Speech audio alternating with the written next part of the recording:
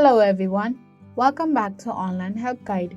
Today in this video, I'm going to show you how to make your TikTok account public.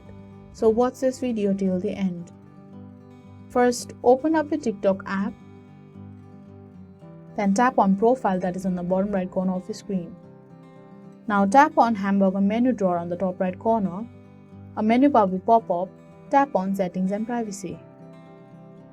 On Settings and Privacy page, tap on Privacy. There you will see Private Account Toggle bar on. Tap on it to turn it off. A menu will pop up. Tap on Switch. So that is how you make your TikTok account public. Thank you for watching Online Help Guide. Hope this video was helpful. If it was, then hit the like button and comment down if you have any questions or feedback.